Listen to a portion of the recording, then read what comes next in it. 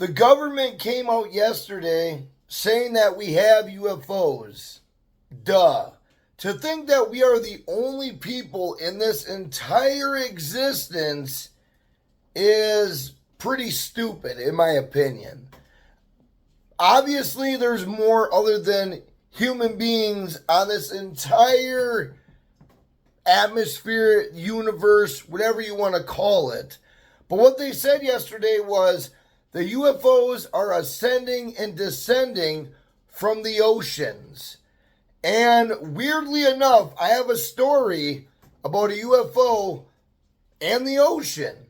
So before me and my wife got married, we went down to Puerto Rico because that's where we wanted to get married. So we go to Puerto Rico, we stay in Dorado, and we rent a house that's on the beach. So it's a nice 3-story, place. We have our entire family with us because we are getting married. It's an awesome, awesome house. But on the beach, you look out in the distance, it's pitch black. You can't see nothing. The ocean is very, very dark at night, very lonely. And we're sitting there, we're chilling. I'm on the 3rd story of this beach house, which unfortunately got wrecked and ruined by a hurricane. So the guy no longer owns it. We can't stay there no more. It was really a bummer because we used to stay there a lot. I'm on the 3rd story. My daughter's a couple months old. I'm just chilling on a little chair. I got my daughter with me. We're sitting there, we're chilling, daddy-daughter time, hanging out, looking off into the distance and just chilling. My wife comes out. She's like, "What are you doing?" And I'm like, "I'm just hanging out with, my daughter, just chilling." And me and my wife are looking off into the distance, just staring off.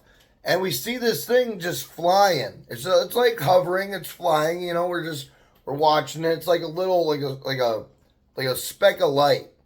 And it's cruising, and all of a sudden it goes towards the middle of the ocean. And then zoom, right into the middle of the ocean, right into the water. And we're looking at one another like, "Did you see that? Did you see that?" And we're like, we were so weird. It was like, what was that? Like, it had to have been a UFO. It had to have been something not from around here. You know what I mean? And it was so weird. And we looked it up, and we're like, well, there's, a HARP organization down in Puerto Rico, but that's in Acebo. And we're just like, we're trying to make sense of what the hell we just seen. And you know what? We never really talked about it after that night.